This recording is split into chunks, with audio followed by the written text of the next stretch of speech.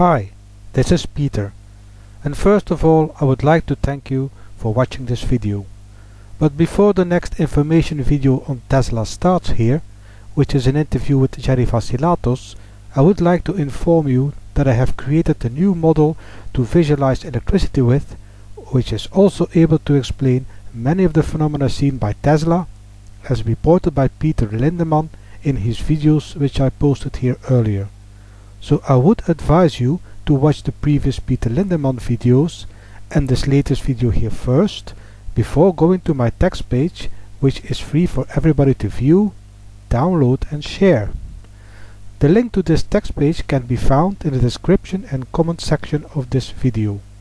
So let us have a quick run through to the text here now.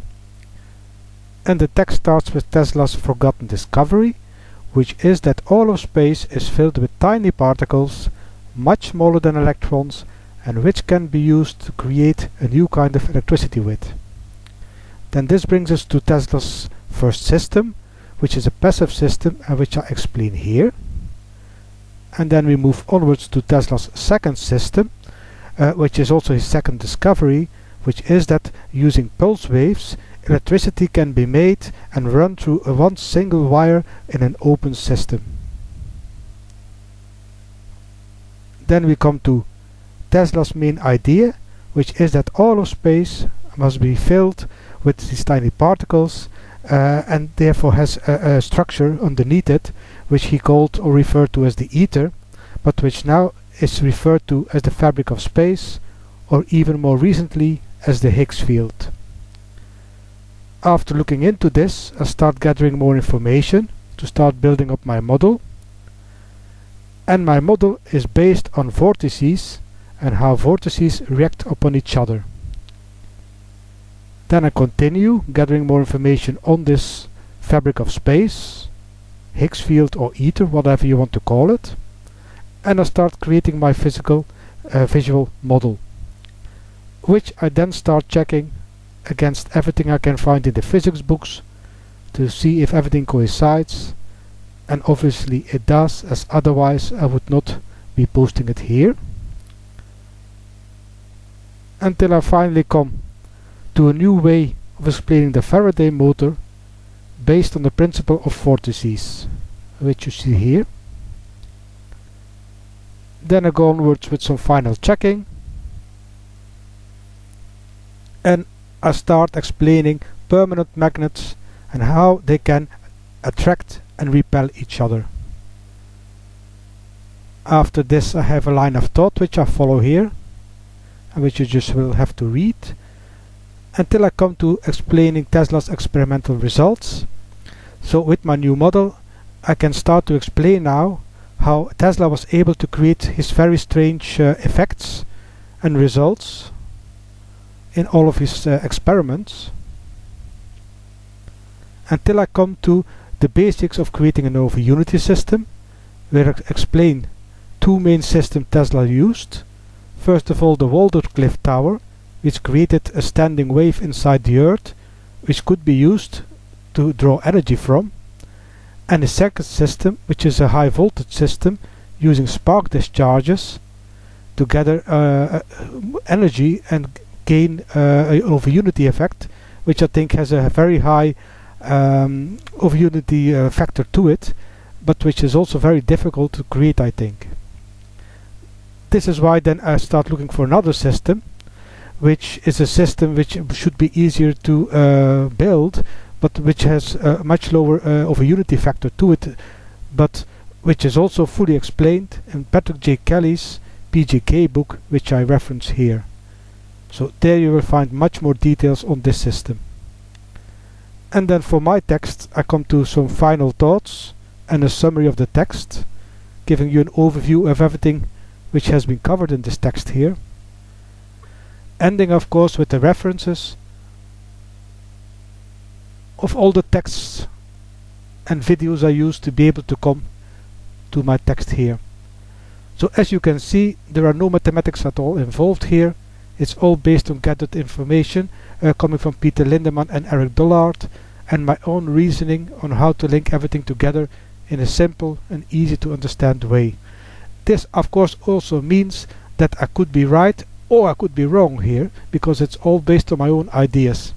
And this I will leave up to you, and I hope that you will come back to me and respond, telling me just what you think about my model, if you agree with it or not. Now it's onwards to the next video, which is an interview with Jerry Vasilatos on Tesla technologies. Thank you.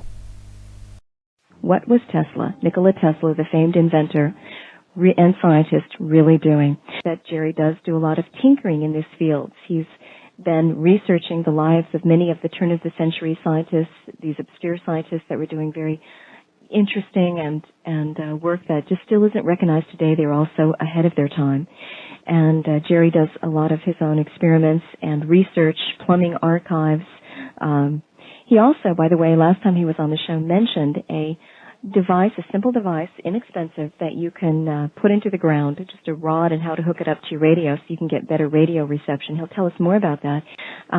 Welcome back, Jerry. It's a great pleasure to be back. Jerry, I really appreciate all that your insights into Tesla. Number one, you're a teacher, so you're used to taking high concepts and making them very understandable to an audience.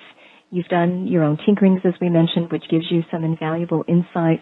And you just love to sit in libraries and archives and research all day. And so I appreciate that you go out and do that and then give us the benefit of those many hours spent in research. So you have a very gifted perspective here. And of all the people that I've heard talk about Tesla, some that you'd figure, they don't even know science. I mean, I don't know that much science, and I know they don't know any more than I do.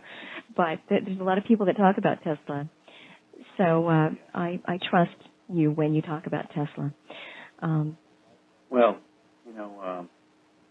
The library archive type research is very rewarding, and too few people are out there doing it. Not that many people enjoy it like you do. So. Yeah, there's so much there, and it's a devotion that I've given myself to some 20 years now. On to Tesla. So Tesla felt that following his heart. And he was a very moral man. I mean, you hear stories about Tesla not engaging in certain activities because he felt it was bad for the world or immoral activities. Or yes. Could you tell us a little bit about Tesla's philosophy? Well, yes, really the story starts in his childhood. He was born in a mystically inclined family. His father was an Eastern Orthodox priest. And he came from a line of very famous individuals. Most of them were in the military or in the clergy, certainly intellectually gifted people. His mother was very insightful, intuitive, we would call it. And Nikola Tesla, as a young child, was given to very profound and deep visions in which he would see machines hanging before him. He was able to walk around these because they appeared solid to him. And he could walk around these and examine them. And once actually questioned one of his older sisters whether or not they could see these things, and his sister scolded him. But his mother, of course, was always there to the rescue, and she understood what was happening. And she encouraged him to honor these visions, but always to keep his feet firmly planted on the ground. Good advice. So he was a very playful child, from what we understand. And he was thoroughly involved in the country life of the day. Always getting into things, getting in and out of scrapes, and wasn't really the odd person that he's been painted and portrayed to be. As he grew older and went to the university, it probably was a shock to him to realize that the scientific world was taking a turn away from the romantic science or the experiential science that he had grown to love, and very quickly found the coldness that was spreading through Europe and the European universities as they were trying to mechanize the world, more or less. And the mechanistic movement, which portrayed the world as a machine, was absolutely abhorrent to Tesla. And so Tesla sought some kind of explanation for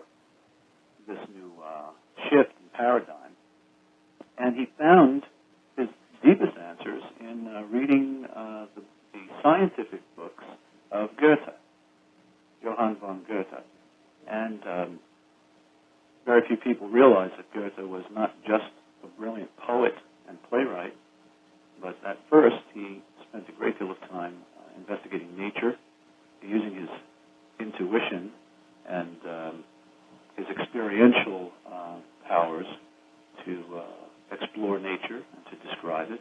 He wrote volumes and volumes and volumes of scientific texts. And so Tesla studied these books with deep devotion and always referred to these throughout his life. And in this study, he realized the importance of the heart and of the intellect and of experience in exploring nature. So there you have his real romantic leanings, if you will. I'm Laura Lee. Our guest is Jerry Vassilatos. Jerry, what's the title of your book on HAARP? Oh, Secrets of Cold War Technology.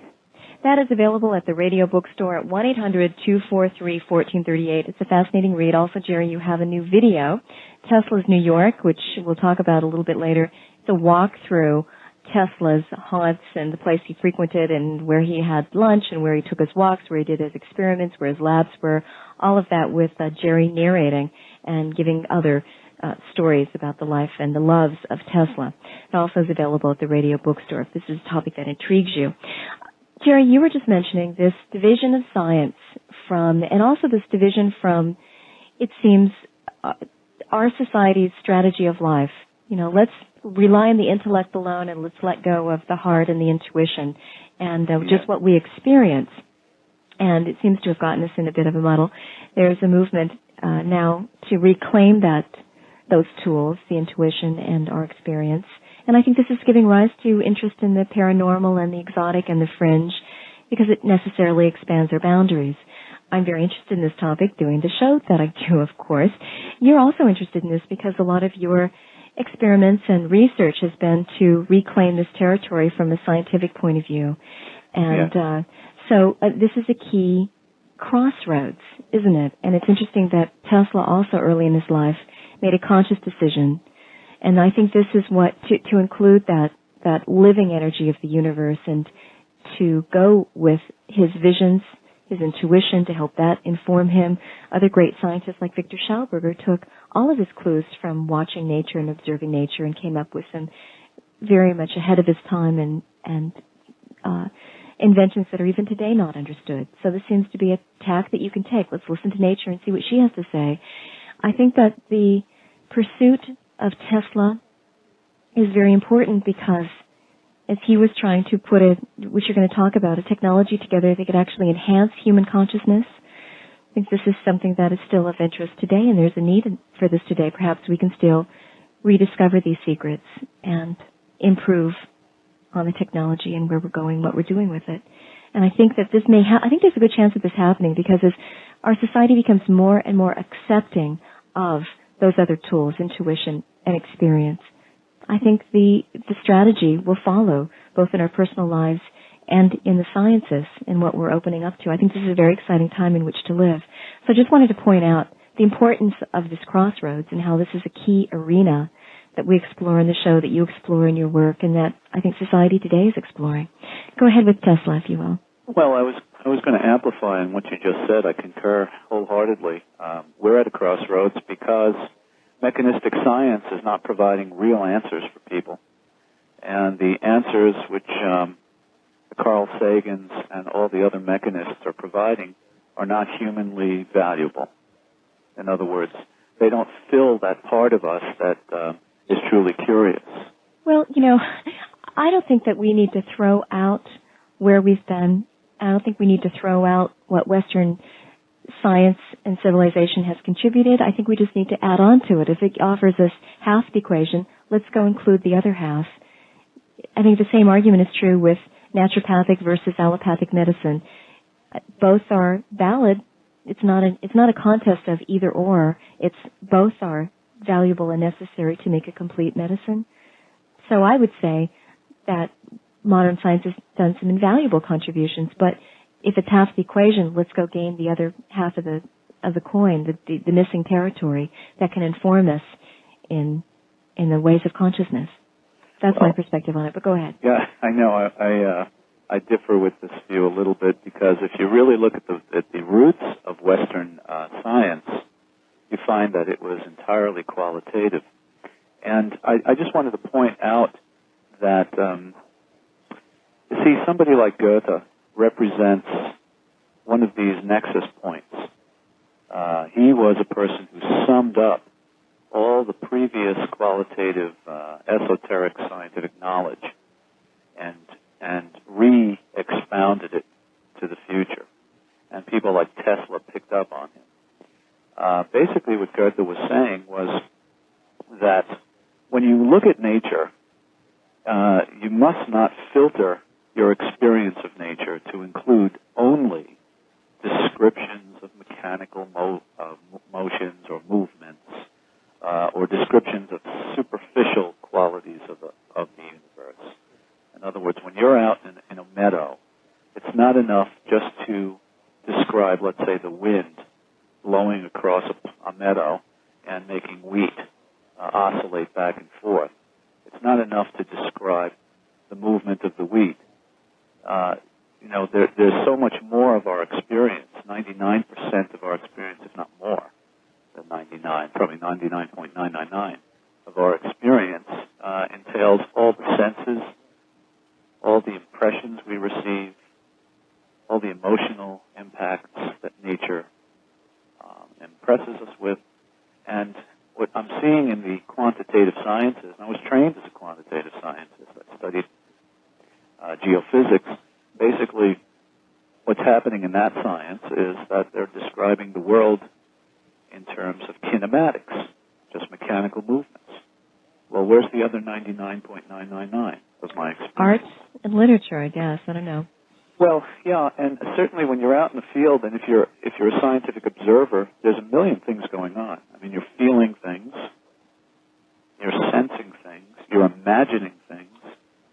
Impressions are coming to you. They usually come as images. And so someone like Goethe would suggest that all of this is part of the message in nature and should be included in the observations.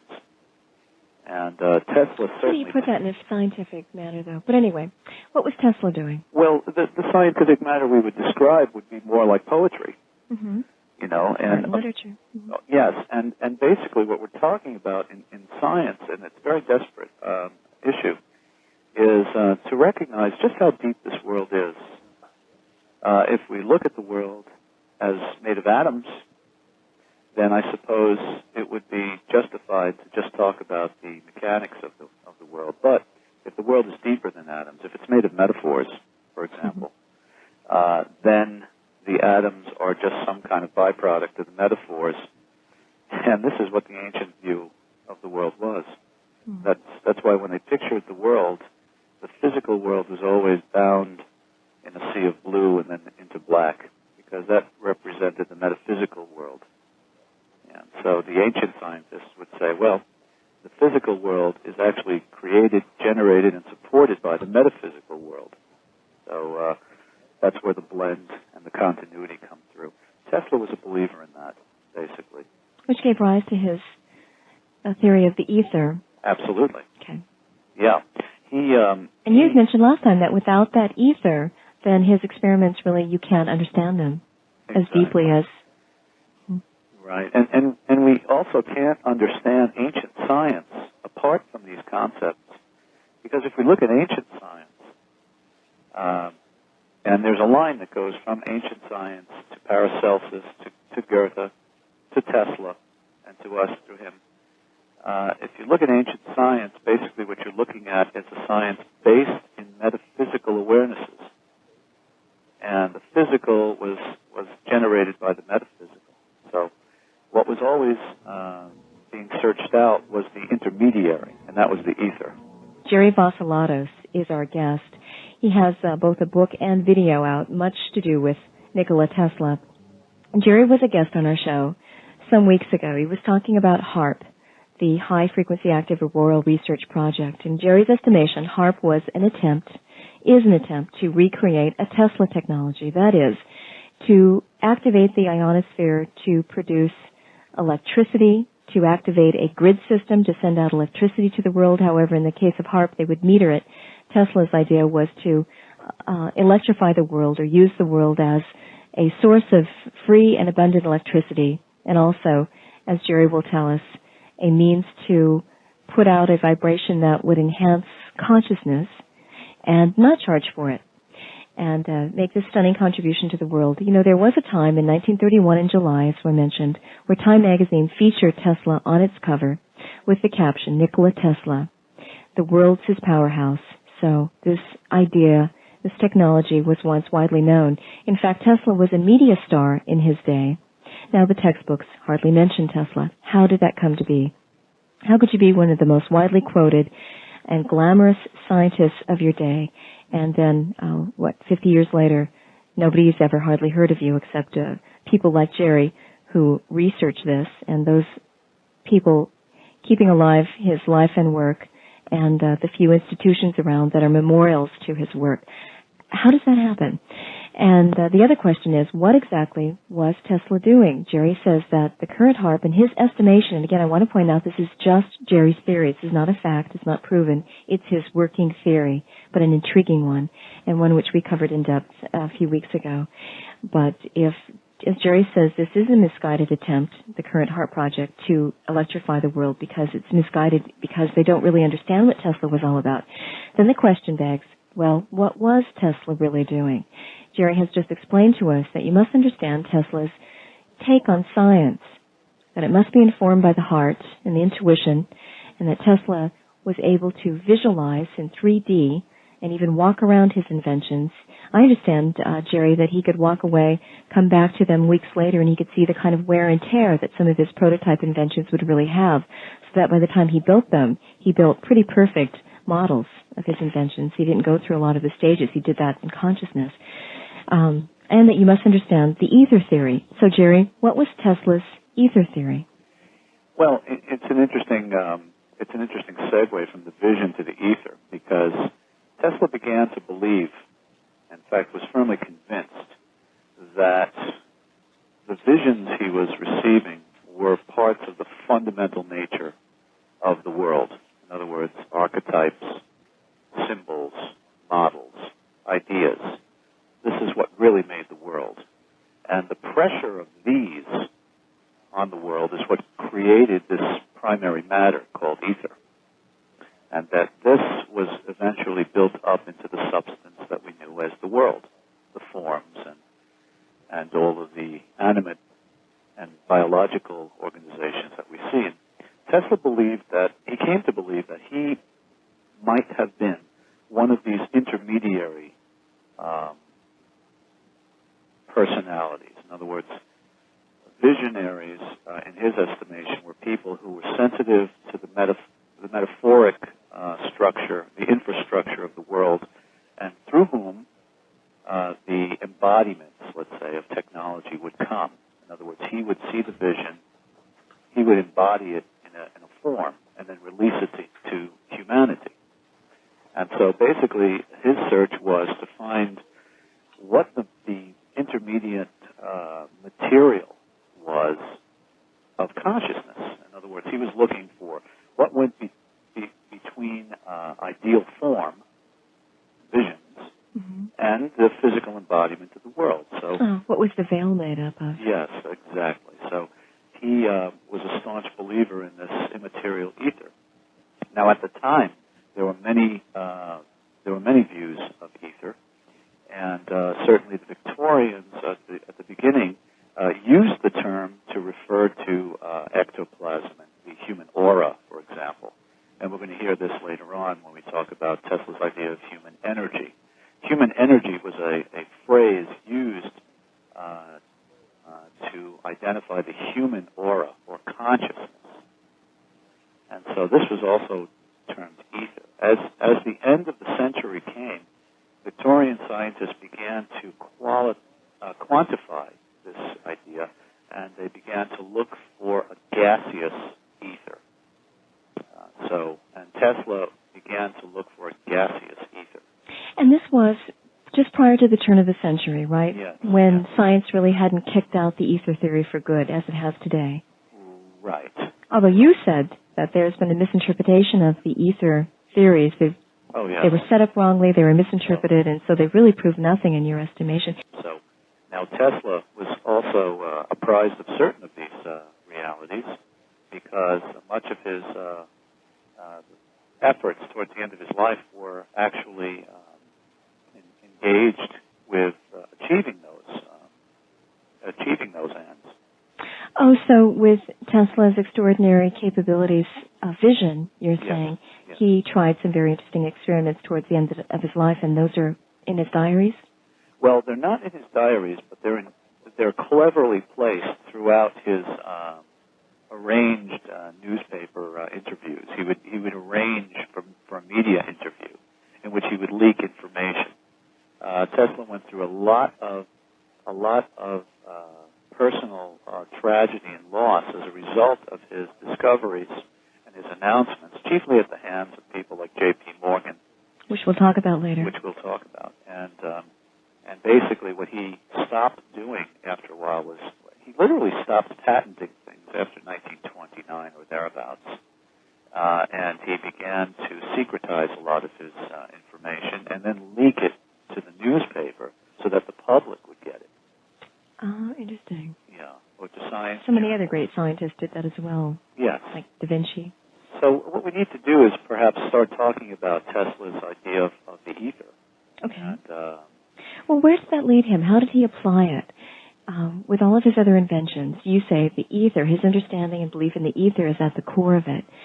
So when we come back, if you could explain that to us and give us some new context in which to understand this very fascinating man who was well ahead of his time. We'll see if we can catch up. How did such a media star in his day become so obscure by today, where he's hardly even mentioned in textbooks? That's one question I have. Jerry's explaining. And also, what was Tesla really doing? What was the nature of his experiments? How did he try to turn the world, the earth itself, into a power source? And Jerry, you're telling us about the ether and how Tesla was coding some of his ideas so that people would get it. Tell me more about, well, how was he applying his ether theory? When he and he was going against the grain of science, which was trying to throw out the ether by that time, what was he actually doing? How did this inform his experiments?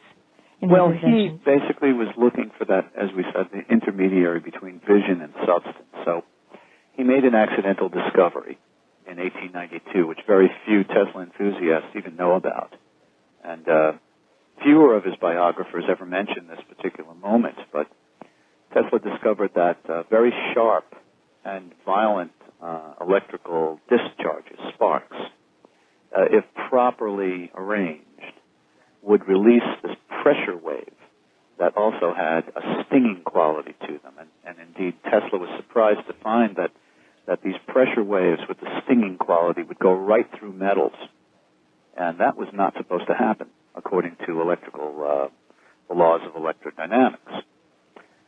So when he realized what exactly was happening here, he believed he was finding a little crack in the door toward his real goal. And his goal was to find that intermediary. And sure enough, he did. He realized that what was happening there was the release of an etheric type of pressure. And he published this in 1892, around the Christmas season, in the Electrician magazine, in his regular monthly column there. So, having realized that he was able to somehow create movements in the ether, he set about to try to harness this energy and learn all about it. So his first couple of experiments, which took several years, was developing very powerful generators of this force. And during that time period, he developed the famous Tesla transformer, which is nothing like these Tesla coils, which most people believe have their origins with Nikola Tesla. Tesla's true transformers produce an entirely different kind of energy. Indeed, this is what he was doing. He was separating what we call electricity from ether, and in his certain components that he was developing. So he was splitting apart these two different currents and using the etheric current that was flowing. And so this was a very radiant form of energy, and he called it radiant energy, to for example, one of his components was a magnetic discharge device where he passed a very abrupt electrical current between two magnets, very strong magnets.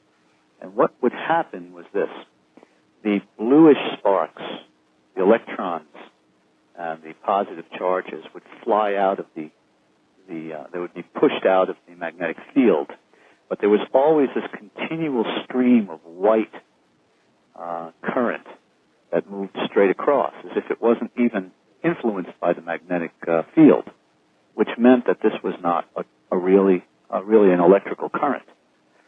So this white energy, this white fire energy, appeared in his coils, and he found ways of amplifying this. And he could focus this energy, and he found ways of propelling it in such a way that it would go right through walls, right through metal. And the energy actually caused the air to fluoresce. It would turn white, depending upon how fast the pulsations were. Now, this was a pulsating field, sort of like a heartbeat. Now, he was known for working with these alternating currents, but this was not an alternating current effect. In fact, he stopped working with alternating currents after this. He was entirely occupied with pulsating currents, currents that go in one direction, and that pulse in one direction. So this energy was very powerful, could be beamed, literally beamed, to any location. And he did experiments all over New York City, in the northern extremities of the city, areas that we now call Central Park and Uptown. Mm-hmm. And he did these experiments out in the meadows and discovered some really phenomenal qualities that this ether current had. For example, the longer the transformers were left operating, the larger the sphere of fluorescence. In other words, the air would start to fluoresce a whitish color, and it would just expand outward. In other words, you could literally see yourself in this field of light. So it was a very strange kind of light that was coming out, and it was cold light.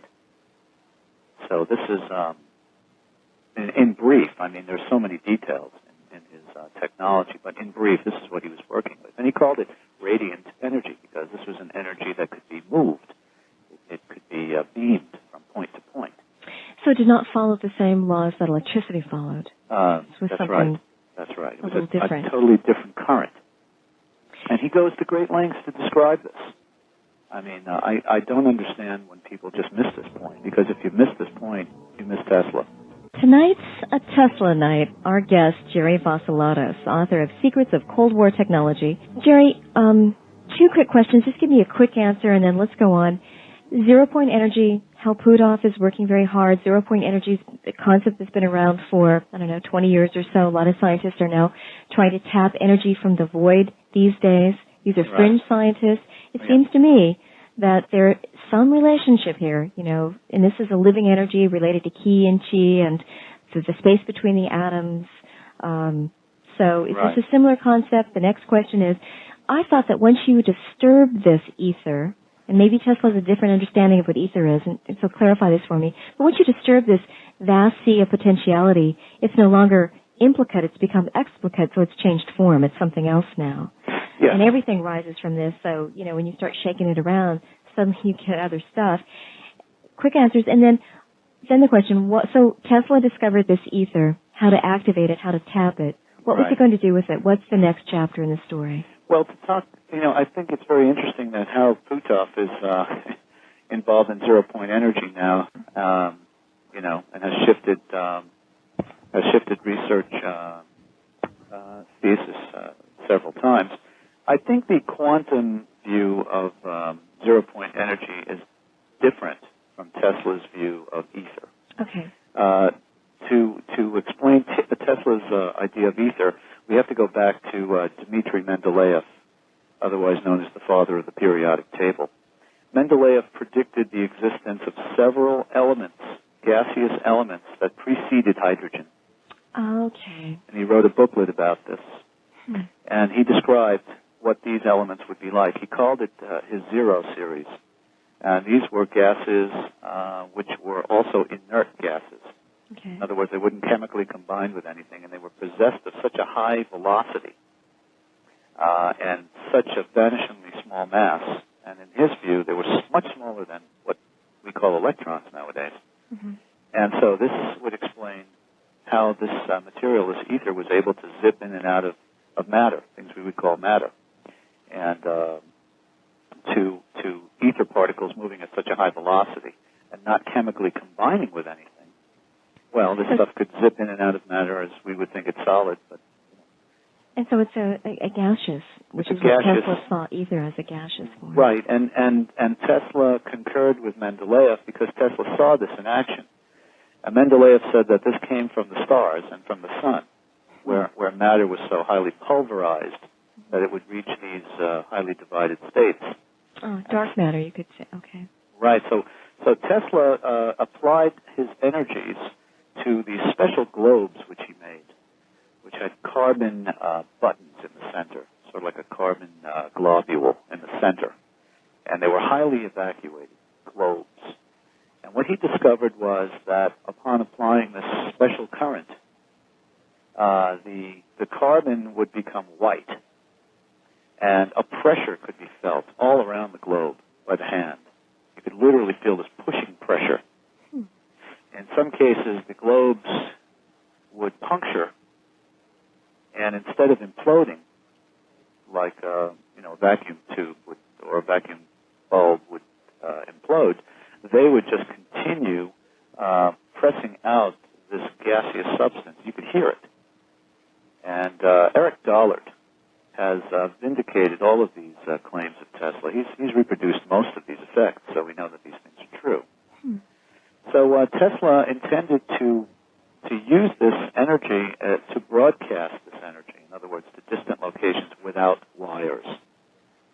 And this was a radical departure from all his previous work in polyphase alternating current, where you needed wires to connect the generator with the consumer.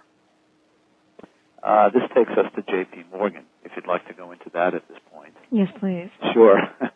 Well, you see, Tesla and Westinghouse had become partners, and Tesla became fabulously wealthy by this time. He was a multimillionaire. And we're talking about in the 1880s and 90s, where a nickel could buy you an afternoon's lunch, So he enjoyed a very luxurious life.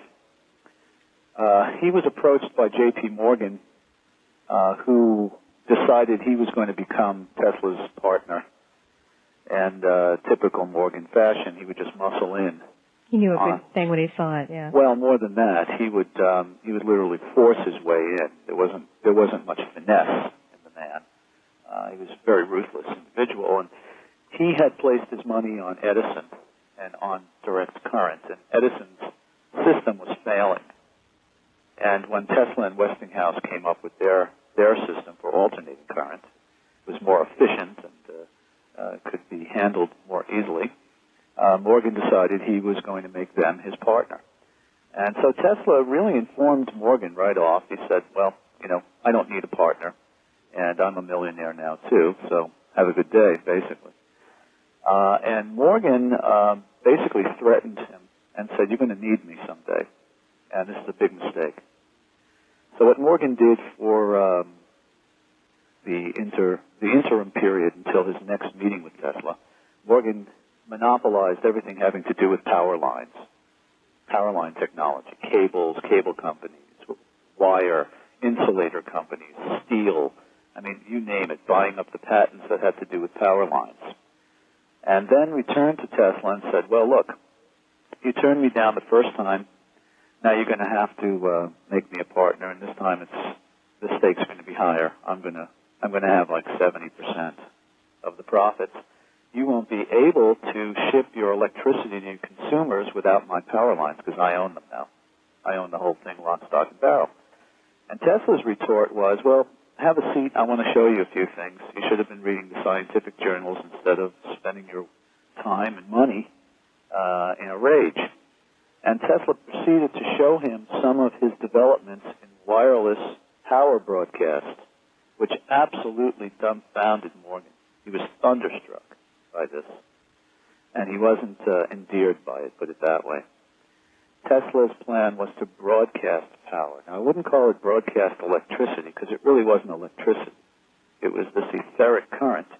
And Tesla found uses for it. In other words, he found ways of applying this energy, this strange energy. He found ways of turning it into light. He found ways of making motors turn with it. He found ways of turning it into heat. And this was without converting it to electricity first? Without converting it into electricity first. It was a radiant beam of energy. He could broadcast it in all directions, or he could beam it in one single direction. So he had several plans for broadcasting energy across the countryside. One plan was to beam it between projector tubes placed on tall towers. And it had characteristics unlike any other kind of energy that we know. Such as? Well, it could pass through most substances unhindered. And he developed ways of pulsating this flow. And what one of his great discoveries about this energy was, depending upon the pulsations, this energy would interact with matter in different ways. So it would interact with matter. Yeah, he could make it interact or not interact. In other words, was it dangerous to the human body? Was it? It depended on the pulsations. In other words, if he had them at a certain, for example, when he first discovered this energy, it gave him a shocking, stinging sensation, which was very irritating, which was dangerous. And so what he did was he figured out a way to increase the number of pulsations per second. So as he did this, he noticed that the pain went away. And at a certain point, as the pain was departing, he could feel a pressure, a strong pressure. And mechanical pressure was one of the features at a certain rate of pulsation. Then after that, what would happen is you would feel heat, intense heat, body-permeating heat. And then after that, you would see this white light filling space. And then after that, there would be a cool sensation. And one more step after that was suddenly your thoughts and your consciousness became highly clarified. Oh. So he had discovered an entirely new spectrum of energies, and these were ray-type energies. He likened them to light. He said this is in several of his patents, he describes this energy. He says this is a form of light. It's a dark form of light, he called it. So he could focus the energy on metals, for example, and just by adjusting the pulsations, he could make the metal melt. At the same time, he could let it pass through his body in certain instances. There was an experiment he used to do where he would put his hand on top of the terminal, and in his free hand, he would carry a bar of metal. Now, he himself was left unharmed, but the metal would just melt or sometimes even explode. And he could show by this that the energy was absolutely harmless to humans. So basically, to make a long story short, his plan was to broadcast his power, and that would put J.P. Morgan out. And Morgan was thunderstruck, eyed Tesla with vengeance in his heart. Shortly after his meeting with Morgan, Tesla received a calling card, and that was his laboratory was burnt down for him. Actually, it was an assassination attempt. Tesla was known to work in the top of his laboratory all night long, and unbeknownst to the people who set the fire, and we know that the fire was set for certain reasons I'll go into, Tesla had walked out of his laboratory, probably through another exit which he had, and went to Delmonico's for an extended dinner. And as he came back, the laboratory was exploding, literally exploding. Floor upon floor was falling down. One of my discoveries in going through the area of town where his laboratory was to realize the construction of these buildings. These were heavily constructed buildings. Floors would not just because of fire. I mean, certainly if you could get one of these buildings to get on fire, that would be a miracle in itself. But how you could get floor upon floor to collapse would not be the result of an ordinary fire. It would have to be Dynamite? Charges and gasoline and such. So this was a death attempt on Tesla, and he escaped. And you think J.P. Morgan was behind it? Oh, no doubt about it. And did Tesla think so as well? Oh, yes. In fact, what he did was he realized that Morgan was under suspicion because every eye was watching this. What was going on with Tesla was news. So Tesla made it very public and said, well, I appeal to the generosity of J.P. Morgan to help me in this time of need. And Morgan had to come up with the money to fund the building of another laboratory. And why was that? Well, because Morgan was under suspicion. Oh, okay. Now, how far back did this set Tesla, the loss of his lab? Well, it set him back to the extent that it was a personal tragedy, the first acquaintance with grief that he had in America.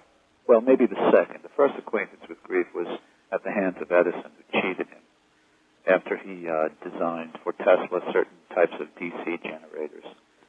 And he never received royalties for them. Edison just... Or recognition. No recognition for this. And so that was the first time. The second time was this tragedy, this fire. And Tesla wasn't prepared for that. He believed that Morgan was a gentleman and, all of these gentlemanly virtues would flow, And he believed that the United States was a land of free enterprise. He didn't think that there were mobsters in the halls of finance. And he found out, what the score was here. And so it set him back to the extent that he wasn't able to make proper demonstration as quickly as he would have liked to of his broadcast power system.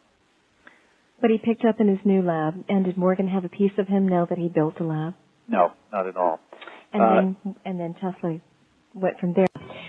So, Jerry, what did Tesla do next? He built his laboratory again after the fire. Yes, and he did that with J.P. Morgan's help, which was kind of like a joke to Tesla, I believe. What Tesla began to do next was historically important in terms of world power broadcasting. What Tesla discovered was that when you attach one of these transmitters of his to the ground and you activate it, suddenly the intensity of the radiant energy coming up was incredibly amplified. And he discovered this out in Central Park, up towards the northern limits of the city.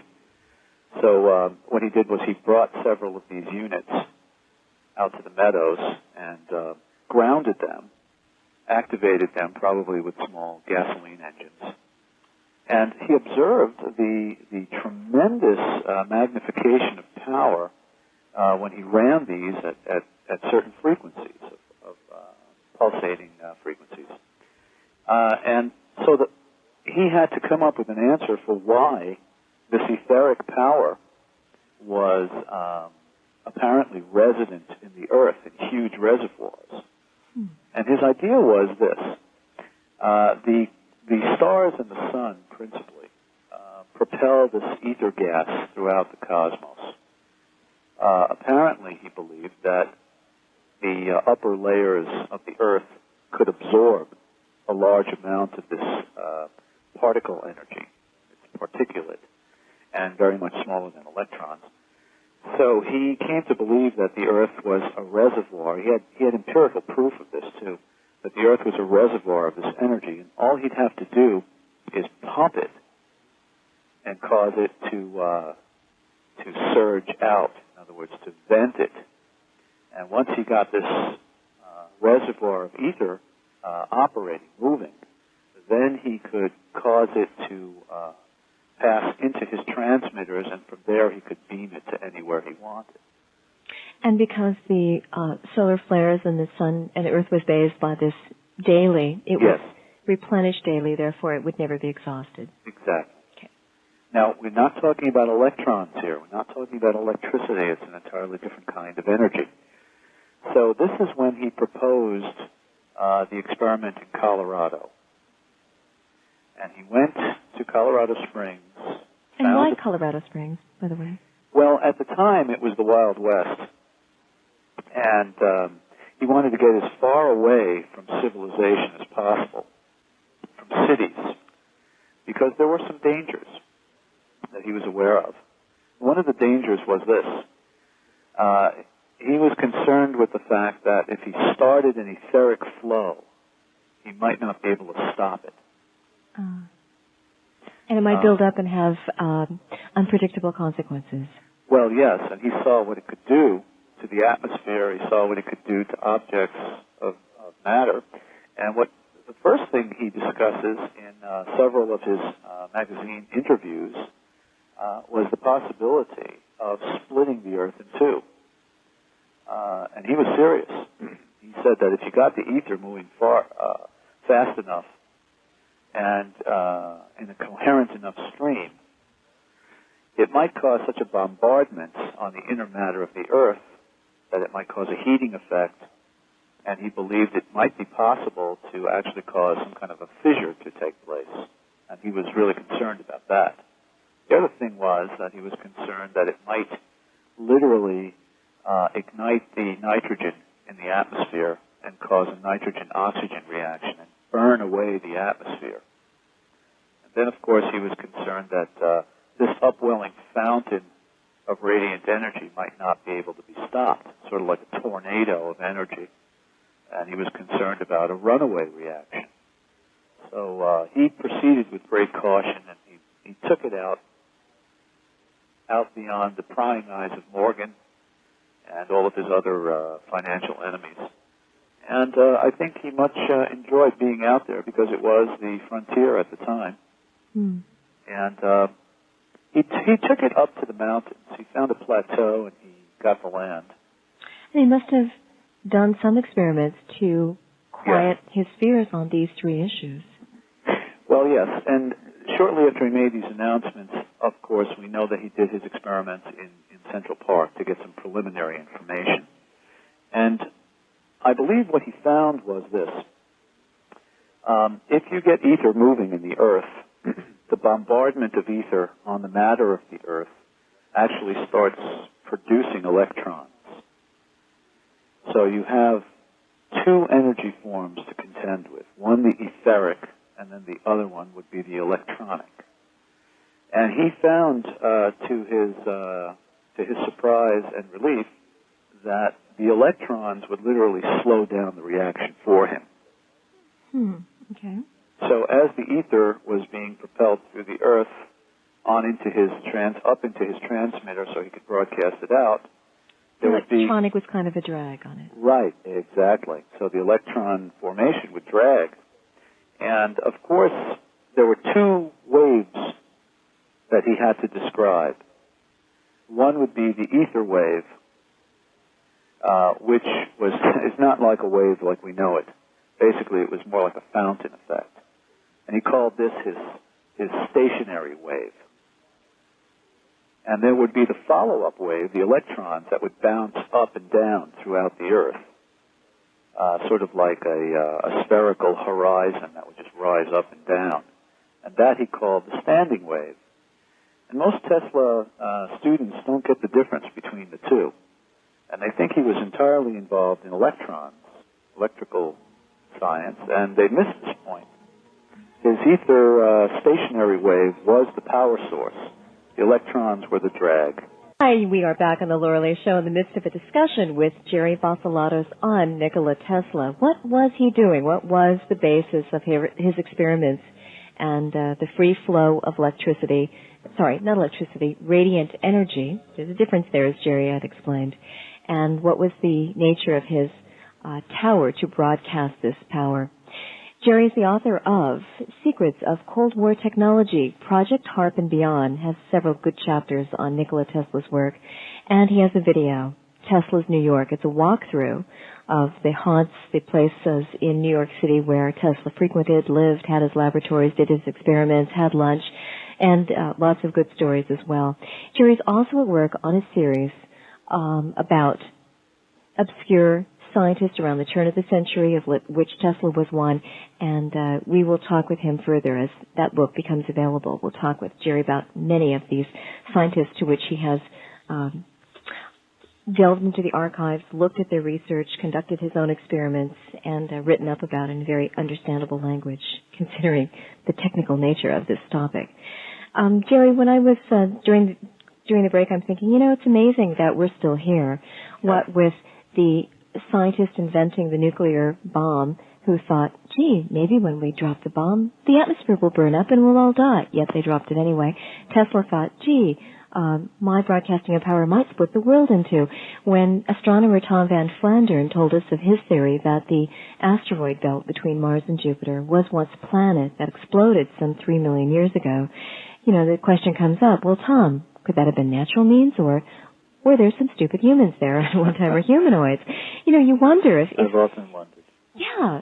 Was there some technology where they just didn't check it out well enough and went ahead and flipped the switch and voila, no more planet? Yeah. You start going from the realm of the science fiction into the realm of the possible. It gets real blurry. It gets a real interesting territory to contemplate. But anyway, Tesla must have also ascertained that no, the world wasn't going to split in two. But he actually, who knows? He never really got his tower up and running. That was an arrested project, wasn't it? Oh, yes, it was. I really believe that he was more of a moralist than that. Me too. He conducted these experiments in Central Park, and he approached the problem gradually, in degrees. You remember that by the time he gets to Colorado, the transmitter that he's using is almost 100 feet in diameter, and using towers 200 feet high. Basically, his idea was to approach this problem in steps and then check it out. And if it proved that it was going to be dangerous or hazardous, he was going to abandon it. Mm-hmm. That's all. Basically, it was a test. He called it his experimental station. It wasn't intended to be a working station for industrial use. This was an experimental prototype, and he conducted a year's worth of experiments there to ascertain whether this should be done, whether it could be done, what would be the results of it. And who was financing all of this? Well, he was getting money from JP. Mm-hmm. He was getting money from JP Morgan. I think very strongly that he was playing this card with JP Morgan. Morgan just gave him money to get him out of his hair after a while. By this time, JP Morgan was setting up an electrical company which we know as GE. Ah. Anything that has the name General in front of it is a Morgan company. That should make some thoughts swirl. General Motors, General Mills. Anyway, what Morgan was doing in the meantime was seeking out geniuses such as Carl Steinmetz, who could interpret Teslian science and duplicate it where possible, especially duplicating the obsolescent parts of his technology so that Morgan could use his power line technology, of which he was now the sole monopoly. Oh, I see. So basically, still need to find a power source to fire it up and start making Well, yeah, they had to break Tesla's patent on polyphased alternating current generators. So, and Steinmetz was called in to do this. Kind of back engineer it. Right, and basically what they impressed on the country was a backwards form. It wasn't Tesla's most recent, most thrilling discovery. It was just an obsolescent form of energy that we're still using, simply because of brute force. It's been forced on us. Mm-hmm. And this is something that Tesla strove to eliminate all his life. Now, why is that?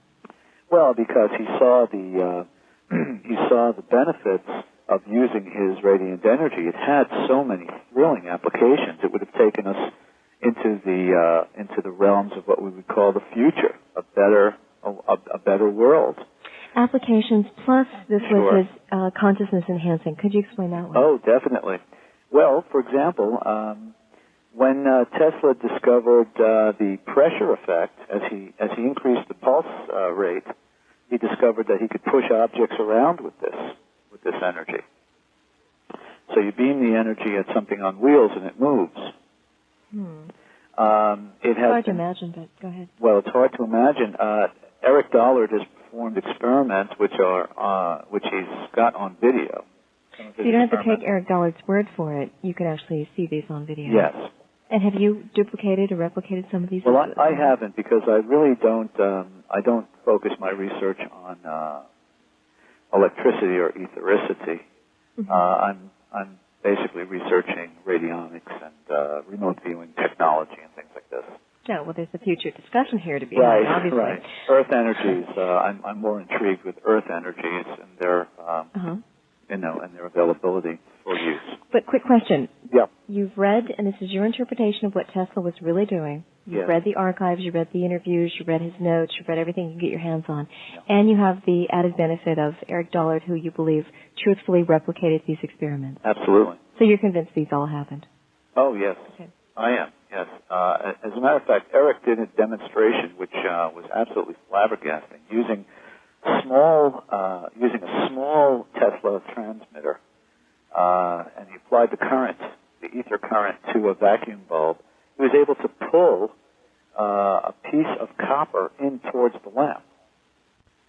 And actually, when you place your hands around these bulbs, you feel a pressure pushing you away.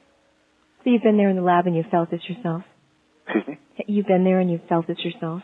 Well, people on the video were reporting this. I felt similar things when I was about 18 or 19. I was building some of these devices, and I felt similar effects. But I believe that Eric has gotten the effects to a higher degree of efficiency, so they're stronger. Okay. And so Tesla also reports this, this thrusting phenomenon.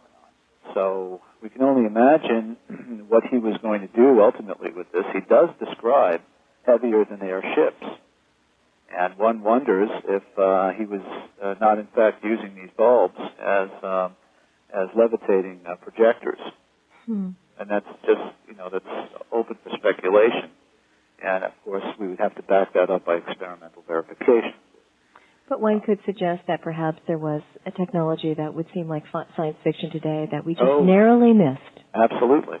Also, the beaming of energy, for example, to distant, for example, if one wanted to defend one's borders, you would have this energy and just focus it on any incoming hostile missile, let's say.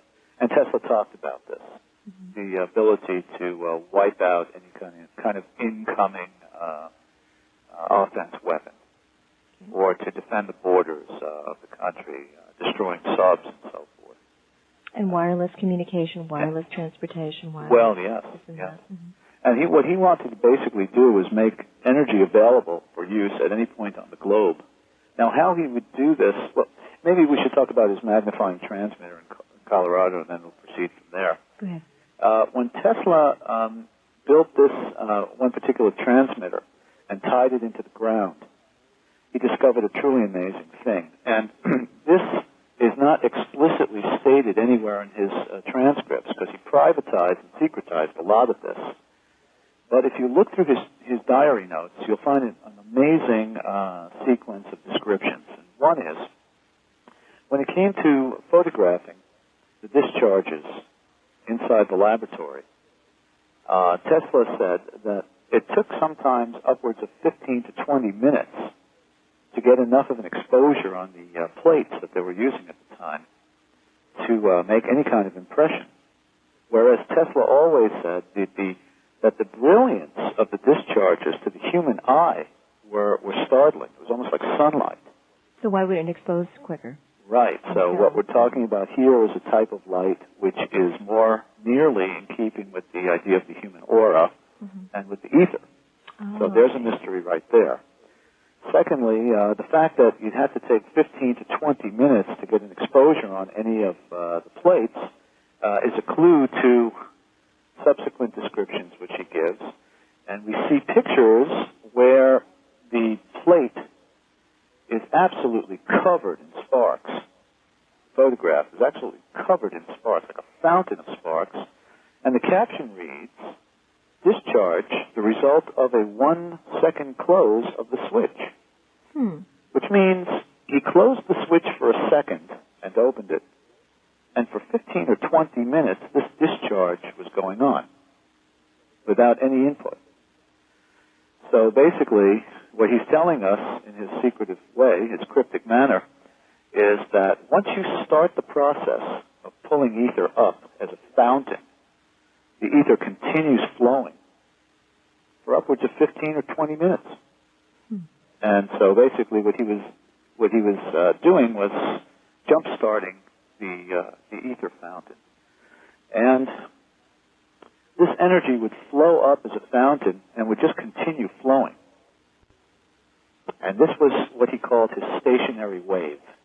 Now, what was the wave? The wave was the fountain, the gushing fountain that came up right through the earth. And the other waves that he had to contend with were the electron waves that kept jamming his system. And he had to figure out ways of dispersing that energy because that could build up to an enormously dangerous value. We're talking about amperage. Okay, you could have a big static electricity charge ready to pop out. He didn't want that, you see. Most people don't realize that who study his work. He didn't want the static discharge. That was dangerous. That could cause fires, or worse, it could kill people. So he wanted ways of dispersing that. Can you tell us some more about what Tesla was really doing? Oh yes, trying to power the world and how? Right. Well, we've discussed his magnifier transmitter, and that was basically the idea that 1 second's worth of an applied electrical burst could pull up 20 minutes or more of ether power, radiant energy. So this was his magnifying transmitter. It would magnify this effect. Now, once he had this power, the idea was to broadcast it liberally to the world. And so if you... And not charge for it. This was supposed to be free energy. Well, I suppose he could meter it at the source, at the reception site. I'm sure he had planned to eventually meter it at some point. But it seemed that he was describing a utopian system, or at least he was portrayed as wanting to do that. At least it would have been clean energy. It was clean energy. Basically, once you got the reaction going, all you had to do is balance the upwelling ether fountain, come up like a gusher. And, of course, he also described that certain places would be better suited to pull up the ether fountains. Due to geography or some sort geology. of world grid? Okay, geology. Yeah, geology, and so he had to manage the ether fountain effect and the electrostatic drag effect. And once that was balanced, he could manage the energy. Now imagine being a consumer. Basically, what Tesla described was just an aerial, a radiant energy receiver, and a little power pack in the basement. Oh, on the receiving end. You just need a little aerial to pull it in, and then a little power pack to convert it to whatever form of electricity, be it heat or form of power, be it heat or electricity or the pulling, pushing, whatever. Right. Okay. So basically, I believe he wanted to just keep it as ether power, and this would mean that your home and my home would have wireless lights. I mean, this is the amazing thing to the people who used to come to Tesla's laboratory in the Soho area of New York. Oh, you described that with us last time. Yeah. Tell us again some of the inventions people would see. Well, his laboratory was magnificent. A typical iron and stone brick building of the period had several floors, perhaps 4 or 5. The first floor would be a large gallery, and Tesla had small little exhibitions set up. People could come in freely, walk in and out. Sometimes he'd show up on his way out to lunch, I'm sure, and just give demonstrations for the kids. But you had to imagine also that this was a district which was, at that time, close to the northernmost limits of the city, certainly the most luxurious and artistically rich section of the city. So this Tesla laboratory was kind of an anomaly in the area, where jewels and furs and rich restaurants and clothiers had their shops. Samuel Clemens and other figures of the day dropping by. Oh, yes, all the time. And when they would come in and visit Tesla, basically they were there to visit the future, because they'd walk in and they'd find large spherical globe-shaped lamps, brilliantly illuminated without a single wire connected to anything. In certain cases, if the temperature in the rooms were uncomfortably cold, all Tesla would have to do is turn the dial, and the air would become instantly heated through pulsation energy. So he had a microcosm of this set up in his lab, obviously. Oh, yes, and he also, of course, he developed vocal wireless radio. I mean, he was communicating with transmitter receiver setups on boats, which were traveling up and down the Hudson. He could transmit 20 miles or more, and his transmitters were very compact and small, basically, because the transmitting section was not an aerial. It wasn't a wire. It was a globe. It was a lamp, and the energy came out of the lamp like light rays that could go through everything. And so basically these were his transmitters, his radiant energy transmitters. You have to understand that what he was transmitting was a different form of energy altogether. And so he really rarely used wire antennas of any kind. They were usually little compact globes or tubes when he wanted to beam the energy. Let me tell you an interesting story.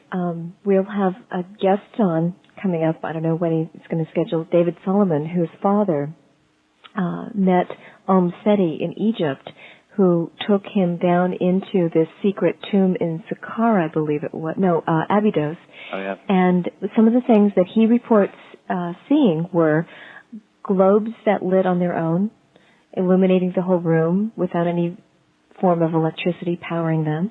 I also heard from another friend of mine that in the diaries of Napoleon's archaeologists that they had seen standing globes illuminated with no visible like neon lights, but what powered them, who knows, that the soldiers knocked over and so destroyed the last remaining extant lamps.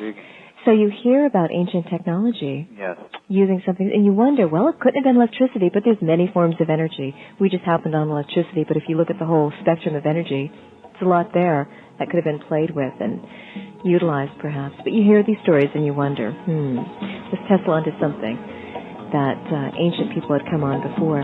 Also, we want to talk about, Jerry, how you mentioned that Tesla believed that this technology was trying to put together and beam to the world was consciousness enhancing. How was that so? Why did Tesla think that? We'll get to that. But and what was Tesla's vision for the future? He envisioned a utopian form of energy. What was his vision? What was he trying to accomplish on a social agenda? Let's talk about that. But first, this is something that you said no one ever talks about with Tesla. Few people have realized this, but Tesla saw some very unusual byproducts, after effects, in his laboratory when he turned this kind of radiant energy on. What were they? Well, one thing was in the early days when he operated the radiant energy transmitters in his laboratory in New York, he noticed that once he turned these transmitters off, the power didn't stop, and that was the magnifying transmitter principle in action. In other words, he could light up wireless lamps to full candle power and operate motors long after the transmitter had been deactivated. And he also noticed that his mind and his body were strangely cleared of any kind of negativity or any kind of resistance, and would give himself therapeutic exposures to this kind of radiant energy. He and his technicians would sit in front of these globes for maybe a half an hour at a time, sometimes an hour or more. In his case, he'd fall asleep in front of these things.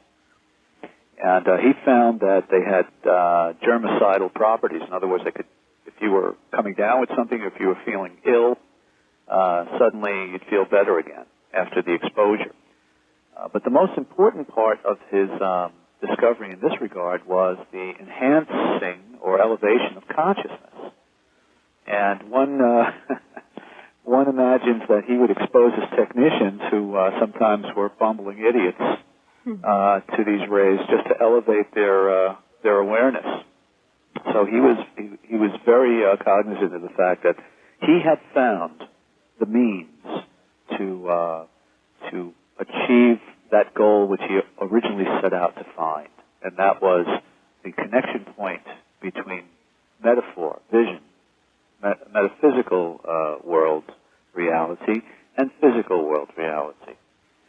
So now, when he operated his magnifying transmitter in Colorado, you have to understand that this is tremendous energy. I mean, this is a huge flow of etheric energy. And what Tesla describes in his diary is really fantastic, because in a very matter-of-fact way, he says a very extraordinary number of things. Number one, he describes the fact that after running the transmitter, the air all around the station assumes a crystal clarity of a rare kind. For example, he describes seeing persons with great detail traveling on trains, passengers on trains 10 miles away, where you could literally see these people's faces. So he was actually looking out the window. A train was 10 miles in the distance. Yeah. And somehow he was able to get a picture. Did he check it out? He could literally see the train, see the spokes on the wheels, and see the faces of the passengers 10 miles away. Whereas, on the other hand, a person at the foot of the hill could not be seen. They looked awfully small. So perception was altered somehow. So yes, there's like an optical distortion going on as a result of the ether flow, which meant to Tesla that the ancient science was absolutely right on. Okay. Like the Persians, probably. Now, Tesla was a great aficionado of Persian mythology and Arabian folktales. And so his vision of the future was a world like Aladdin's lamp, basically. The idea of wireless power for the world, flying machines through the skies, drawing power from power transmitters, nations that didn't have to worry about foreign invaders because they were all defended by power beams, pollution-free vehicles, safe ocean travel, broadcast therapy for public health, where you could literally destroy germs from miles away just by a broadcast, and do it selectively. A thing which Dr. Raymond Rife, later reproduced with great success in the 30s. And we'll have to talk about that at a later date. Oh, yes. And so Tesla also, of course, now the hidden agenda was something which he brings forward in an essay, one of his greatest essays, entitled The Problem of Increasing Human Energy, which most people totally misunderstand because they don't understand the phrase human energy. This was the code word for his radiant energy? Well, human energy was a code word for the human aura, or consciousness. Okay. And it was used by Dr. Albert Abrams at the turn of the century, who also found that it was possible to change mental states with electrical stimulations. So this was corroborated by many people, and Tesla basically describes the progression of helping humanity. For example, he said humanity needs food, but food won't elevate consciousness. Humanity needs fuel, but fuel won't elevate human consciousness. And humanity needs education and government, but none of those will really elevate consciousness on a mass scale. And he says the need of humanity, the fundamental need as we move into the future, is an elevated consciousness, an awareness of the world as it is, a metaphysical awareness. And perhaps this could be assisted by a particular device. Absolutely. And so this is the principal reason why he built Wardenclyffe in Long Island. And he had planned, he called it his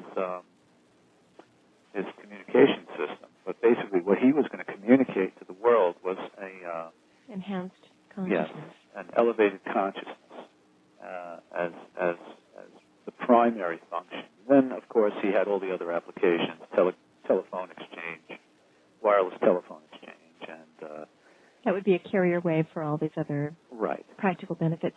Exactly.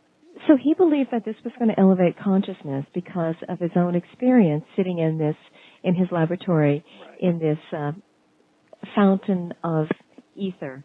Right. He noticed that it had a germicidal effect. His body felt better. His mind felt more clear, yeah. not only with him, but his assistants, and he also had enhanced perceptive abilities. Right, vitalizing. He felt, he described it as a nerve tonic. One would imagine it was almost like taking B12 shots. Vitalizing effect. You know, it's an interesting thing, too. Tesla lived well on into his 80s. You know, a lot of people accuse him that his tubes were prolific generators of X-rays, but they're not X-rays the way we know it. Otherwise, he would have died, you know, at a young age, but he didn't. As a matter of fact, I have this on personal testimony. A friend of mine, a very dear friend of mine with whom I grew up in the neighborhood, whose father, they were Yugoslavians, and whose father, as a young immigrant, sought Tesla out in his later years, and was finally too embarrassed to actually approach Tesla in person, but waited outside the Hotel New Yorker because it was said Tesla would come out every day about 4 o'clock for his daily constitutional. So Mr. Sinosia and his friend would wait outside the door, and out came Tesla, tall man, impressive figure, in his 80s, long blue coat, cane in hand, walking at top speed up toward uptown, and they just couldn't keep up with him. Hmm. Now, you know, the way Tesla's portrayed, he's this obscure, eccentric, poverty-stricken person. Germophobic. Of course, the question is, why is he walking uptown with a big smile on his face at top speed? They can't keep up with him. He's so healthy. They can't keep up with him. What's he doing living in the Hotel New Yorker, which at the time was the Art Deco hotel of the city? And what was he doing owning 2 penthouses? Tell me. And we find that one of the penthouses was a laboratory. He never stopped working. And basically, after, you know, the Wardenclyffe Tower was torn down, and it just seemed that the legal process, the legal machinery was after Tesla to destroy Wardenclyffe just a few weeks before he had it running. What was the story? What was the demise of Wardenclyffe? And this was the big tower that was going to beam to the world this radiant, right. consciousness-enhancing energy. Well, the story goes that Tesla said to Morgan, well, we're going to give energy to the world and not charge for it. And Morgan said, oh, no, we've got a meter for it, and put a stop to it. That's the general story that goes out. That's part of it. I think also it was realized that he was planning to do other things with this energy. And, with a little consciousness raising. So wrong. Yeah. I think people who you can tell me the doctors are all threatened. We need sick people, or we're out of business. Right. And financiers need the ignorance of humanity so that they can continually dupe them. If people think too clearly, they're less easy to fool. Right. So apparently what happened was Tesla lost out. They changed a little bit, and 2 or 3 weeks before the tower was supposed to be up and running, Morgan again, his son this time, closed the place down and then had it dynamited. How? How would Morgan be able to come in, walk in? Was Tesla out of money? I mean, how do you legally go in and do that? Well, he was funding it at this point. He was funding it. Okay. And, Tesla was promising the younger Morgan a share of the profits. And he was saying, I expect within a month to make up the entire loan you've given me. And, of course, if you think about what Tesla was talking about, he could have done it if it had been allowed to operate. Now, the question is, why would Morgan shut it down? This is the big question. Yeah, Tesla was talking about a wireless telephone exchange that was very much like what we are using satellites to do nowadays, only his station was ground-based. he was using the Earth as a matrix to send countless signals. I mean, he describes it as millions of channels, that he could use millions of channels. Remember, he was using ether energy, and he discovered principles of action in the ether that we don't even know about. I mean, I can't even speculate on this because I don't know that much about this part of it. I've guessed a lot of this part of it, but what I'm imagining is that he was stimulating the natural ether streams in the Earth and using them. And these would be like thread-like streams. Of course, now in his later years, Tesla had miniaturized the ether transmitter and the ether magnifier to the point where in a compact device about the size of maybe an old shortwave radio, a more portable one, like a transoceanic, a Zenith model, with which many people are familiar, he was able to pull in power from the cosmos and light lamps and run motors and activate heaters and do all the sort of things that utilities are supposed to do. And he was supposed to bring this information to President Roosevelt and passed away a week before that meeting. Now, Jerry, when you say that a miniature and portable receiver of this, right, would that have been necessary to have the tower up to transmit this radiant energy, this etheric energy? Well, this is after Wardenclyffe. Now, after Wardenclyffe, Tesla was really plunged into obscurity by the GE company and by this whole media blitz that was out to dehumanize him basically and just wipe him out, brand him as a fraud, as everything wrong. So that could explain why we barely hear about Tesla today, despite the hundreds of patents and the very considerable inventions and the fact that we use alternating current today. Sure. GE basically replaced Tesla's polyphase AC system, and Marconi was used to cover up all the work in radiant energy. Radio. With his own blend of radio, which basically, of Marconi, I have very little to say in nice terms.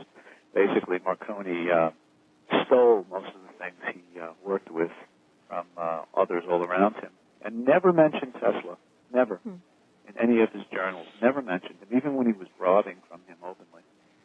And so what was happening was that the media were being used by the financial forces to drown Tesla.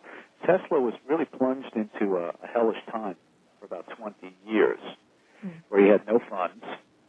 He went from hotel to hotel, living on potatoes, I guess, and graham crackers, and the kindness of people such as Dr. Hammond in Massachusetts, who held Tesla to be an elder mentor, and had Tesla live in his castle for upwards of about a year, or maybe more, where they both worked on remote control and robotics and these kind of applications for war technology. Then Tesla came back to New York City and suddenly shows up with all this money coming in, and he's living in the New Yorker hotel. Now, what probably happened at this point was RCA. RCA was the company that took over the Marconi company, and the Marconi radio system was so plagued with problems that they needed a genius to sort it out. Oh, so they turned to Tesla. They turned to Tesla, and Sarnoff was so odious a man that he wouldn't even permit Tesla's name to be mentioned. And so Tesla was hired under another name. He took his mother's name, Turbo, and T-E-R-B-O. And his signature, basically, his brand is basically seen on a number of radio receivers of that time period in which he was working with RCA. Turbo, but not Tesla. You're saying? Well, Tesla was working on these radio receivers, and you can see his signature on the designs, because basically they're all Tesla coils on the inside. There are all these spiral coils, and there's very few other components. And Okay, so quick question before we have to go to. You said he went to go to President Roosevelt. His plan was to show him the device and get government support. Yes. And Roosevelt would have been a good choice here. Sure. And Tesla mysteriously died, or natural death, or who knows? Well, I believe it was a natural death. I won't claim conspiracy here. I think he died of a natural death. He was in his middle 80s, early 80s, actually. Why did it take him so long to set up this meeting with Roosevelt, especially if Tesla knew here's one chance to give this technology to why let it die with him? Why didn't he just hurry up the meeting? Well, perhaps he had just perfected it. He had demonstrated this, and his nephew Peter Savo was a witness of this development. Tesla had an electric car which was powered by this power receiver, which consisted of 12 or more tubes, possibly radioactively stimulated tubes, which enabled the car to go for miles at high speeds upstate New York. And they drove and tested this car. Lee DeForest witnessed this car in action. He examined it. Lee was a friend of Tesla's. And by the way, Tesla was by far not an eccentric who hated people. He was very warm. A lot of the rumors about Tesla. He was a very warm-hearted person towards the end of his life. You know? Jerry, let's tie up a few loose ends. If you could mention also the romance of Tesla, his love life played into all of these politics as well. And then I do want to spend considerable time taking phone calls. I'm sure our listeners have many, many questions for you. Well, as a result of his partnership with Westinghouse in his younger years, Tesla became fabulously wealthy. And he dined every day at Delmonico's. He had his own table there, his own chef, his own silverware. His own cuisine suited to his tastes. He had a coach waiting outside. He dressed elegantly. He dined sumptuously, and he had excellent taste in the people that he would associate with. Now, Samuel Clemens, Mark Twain, was one of his best friends. He also was frequently visited by Enrico Caruso, Anton Dvorak, the composer, Paganini. All of these people were his friends. And, of course, in these circles, he, of course, would meet debutantes, and he'd be invited to these wonderful parties uptown in the mansions. And in one of these parties, he was quite captivated by a young woman by the name of Catherine Underwood Johnson, and he just fell hopelessly in love with her, and she with him too. It was quite mutual. It was magnetic. Why didn't they marry? Well, he went calling at her home, as was the custom, probably flowers in hand, and was greeted at the door by a very elderly gentleman whom he assumed was her father, but who turned out to be her husband. Ouch. And so the two of them, although they didn't carry on a love affair, they were still infatuated and continued in a very tight kind of relationship where, for example, Tesla and Catherine would communicate by personal courier up to 10 times a day. Okay. Okay, so, and of course, Tesla, being very gallant, befriended Robert, who also was the publisher of Century magazine. So we assume that Catherine and Robert were an arranged marriage. Mm-hmm. And Tesla became the third wheel, I guess, at the Underwood mansion. So Robert accepted Tesla into the circle of. Yeah, I don't think he really suspected what was the tension going on between Tesla and Catherine. And how long did this go on? Oh, all his life. Oh, she and he carried on this correspondence. All his life. All his life, okay. And of course, when she, he had to bring it to an end And this was a turning point in Tesla's life. You can imagine the loneliness of the man. I've seen photographs of Catherine. She was radiant beauty, crystalline eyes, just a beautiful woman. And, Tesla was certainly eligible. He was magnetic. And when he would walk into the Waldorf, the Palm Room, when he would walk into the first floor with the fountains and the harpists playing and all the debutantes sitting around waiting to be noticed, Tesla would just breeze right in, and he would acknowledge all the beauties and just go right to his table, usually. On several occasions, a young lady used to drop her handkerchief, and he would just quickly sweep it up and give it to her. That was Anne Morgan.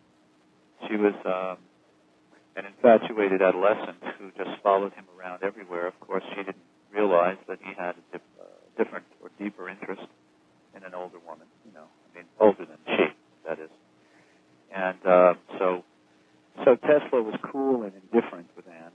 He didn't see much depth in her. She was just a child, really, at the time. But as she was getting older, she was getting very adamant that she was helplessly in love with him. And she just followed him everywhere.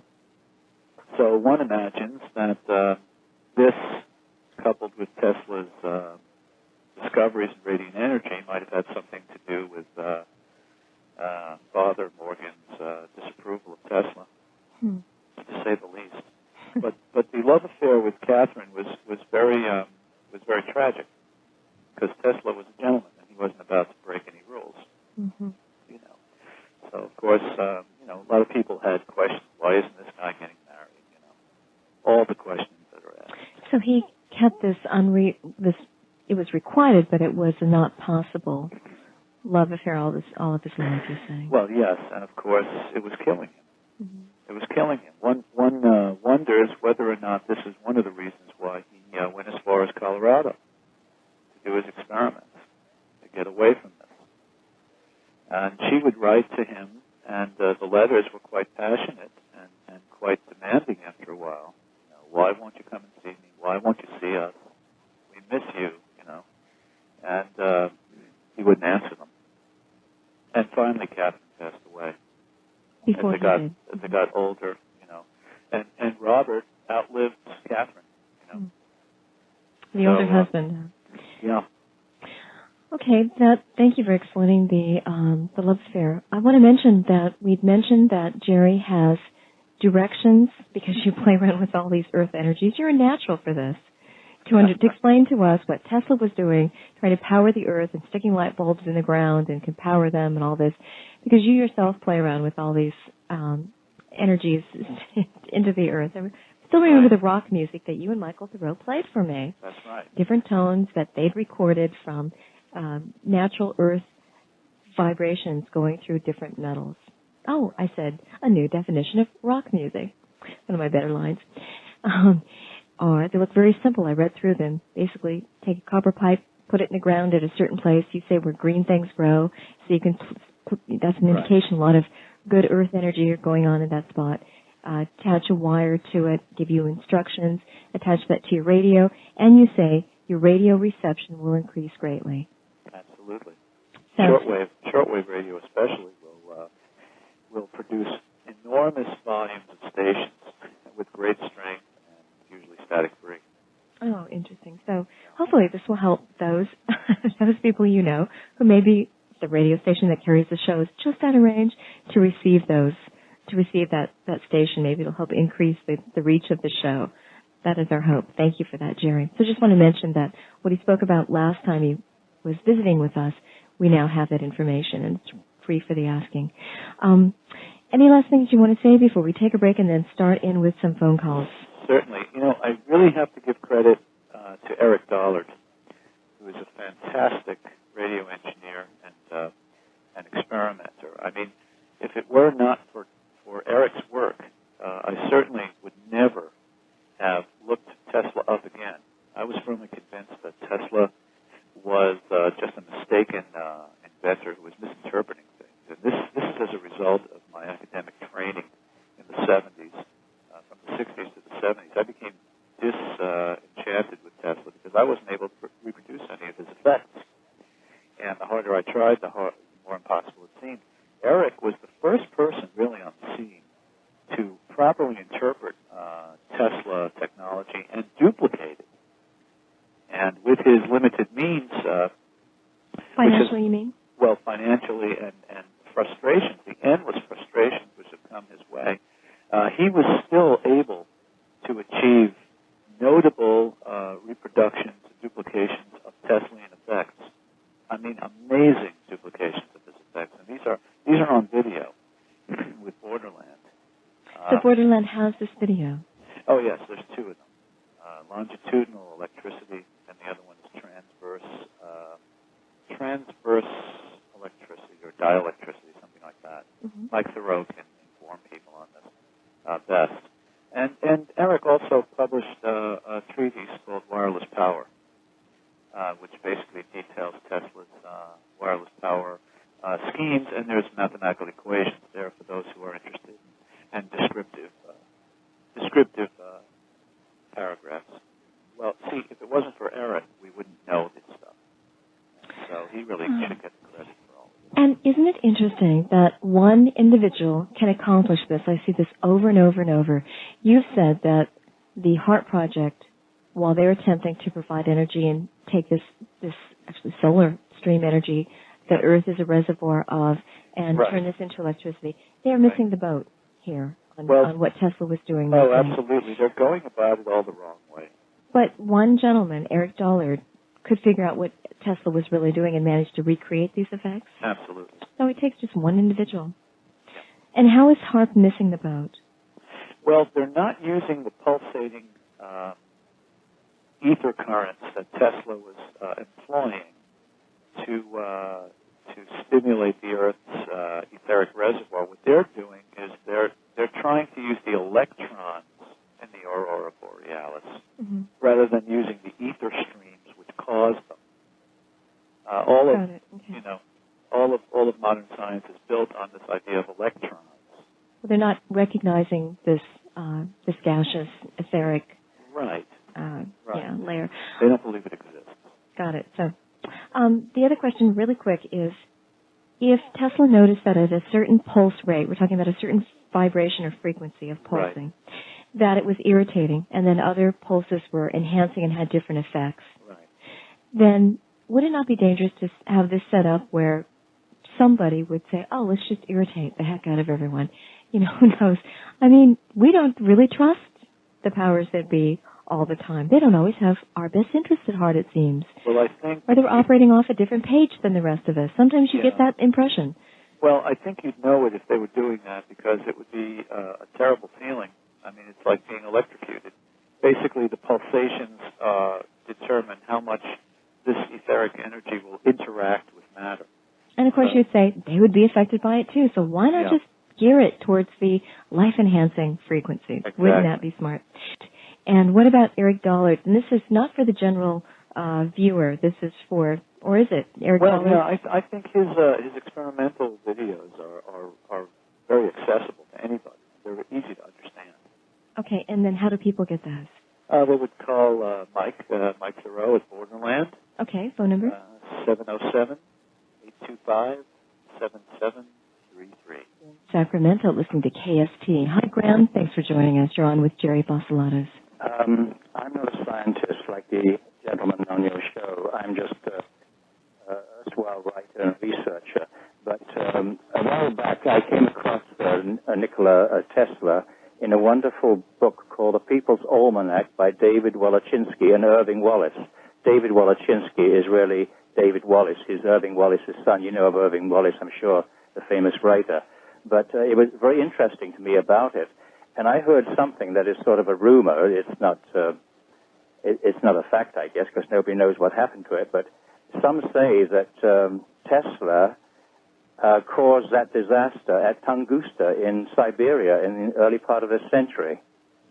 What do you say about that? Well, I think that stems from the writings of Tom Bearden. Of who? Mr. Tom Bearden. Oh, really? Thomas Bearden, yeah. Uh-huh. And I differ with his opinion on that. I really do. The Tunguska explosion was really the result of a comet, most likely, that landed in Siberia. even though some of the Russians think it was a spaceship. Well, perhaps, yeah. Yeah. That's way out of your field, right? Well, not really. I mean, I did study geophysics in college. The Tunguska blast really had nothing to do with Nikola Tesla. It's often equated because of the time frame. But you see, etheric energy couldn't do that. The ether energy could not really do that kind of work. Ether energy, mostly at the frequencies Tesla was using, it would be more or less like a life-enhancing energy. So he said it could push and pull things then. Yeah, unless he. Yeah, I really. It wasn't explosive. It doesn't go kaboom. My personal feeling is that that's not what happened. Do you think it was a comet or a? Yeah, it was probably a comet. Yeah. Or what do you call it? A meteor? Or an asteroid, perhaps an asteroid. Thank you, Graham, for the question. Chris is in Fort Lauderdale, Florida. Hi. Hi, hello, Jerry. Hello. And Laura, how you doing? Hi, good.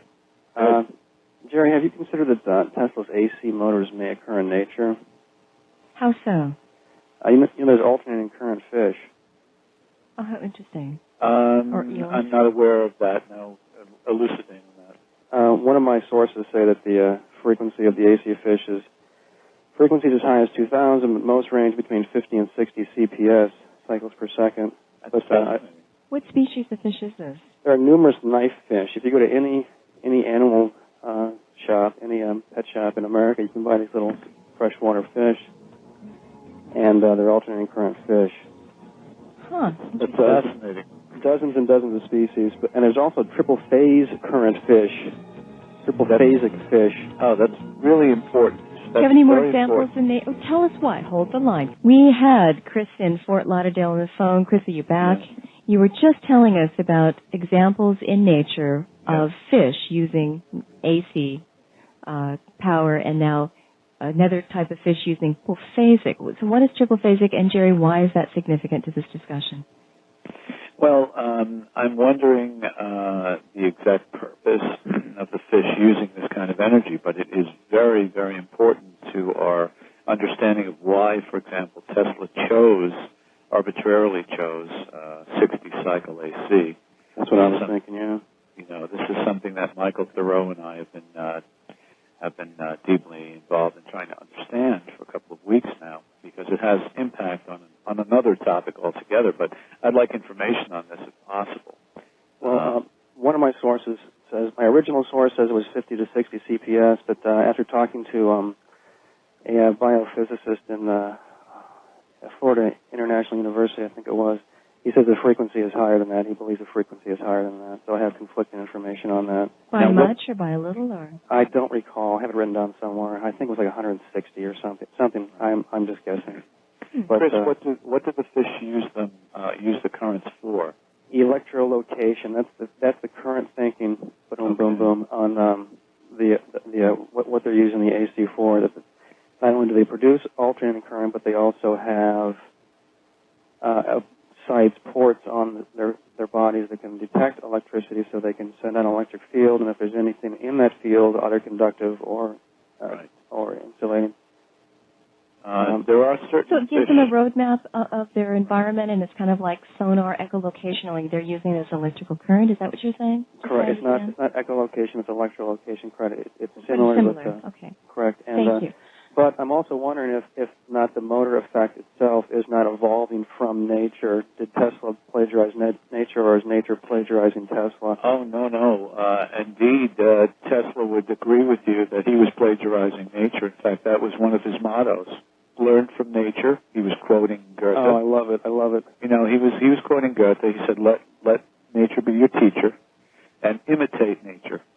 Because he wished to be in harmony with nature. You see, he was trying to produce a technology that was in harmony. In fact, direct current of the type that Edison was involved in could not possibly survive because Tesla believed that it was anti-natural and that vibration was more in keeping with nature. So that's why he got into AC for a while.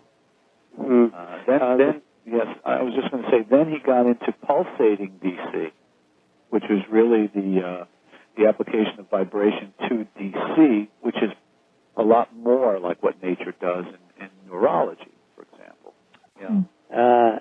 And what about the story of Tesla driving a Pierce Arrow 90 miles an hour with no fuel? That's the one. It is? Tachyon energy? That was the one that was, well, what we call tachyons nowadays is what Tesla would have called ether. Ether, yes. Same thing. Okay. So ether and tachyon are the same thing? Probably, yeah. Neutrinos, you might call them. Yeah. You know, this kind of thing. The essential thing was finding a substance that could stop them, because they went through everything. So the idea was to find something with a cross-section that was dense enough to stop them. Mm-hmm. And, of course, Tesla saw in substances like bismuth and uranium evidence. In other words, his theory on radioactivity was that certain atoms have such a dense cross-section that when this energy comes in from space, it literally bombards them until they shatter. Yeah. And that was his theory for radiation or radioactivity. Do you agree with that, Jerry?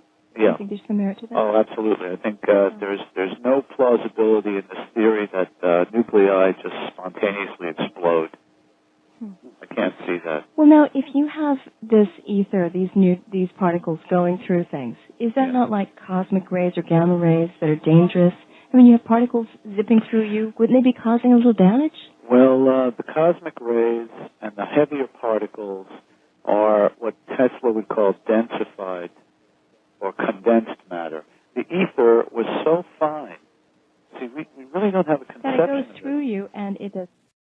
More in keeping with your thoughts. See, ether was... Oh, so it's going to be down there with quantum physics and it's going to operate on those rules, and so it's going to be very much guided or influenced by consciousness. Exactly. Non-locality, can be in two places. All those different laws that we attribute to consciousness, and scientists of quantum physics say, oh, these are properties of the quantum physics world. They seem to be pretty identical. Well, Tesla also found that you could direct this flow by using very, very high voltage electrostatic fields. So if you could give it a direction, you could make it flow in a certain direction. You could warp space, warp perception. You could affect enhanced consciousness, enhanced vitality. All of these wondrous things were the outgrowths of his understanding in this. You see, and of course, towards the end of his life, he didn't have to have the gigantic towers where he was spark jumping or jump starting the Earth.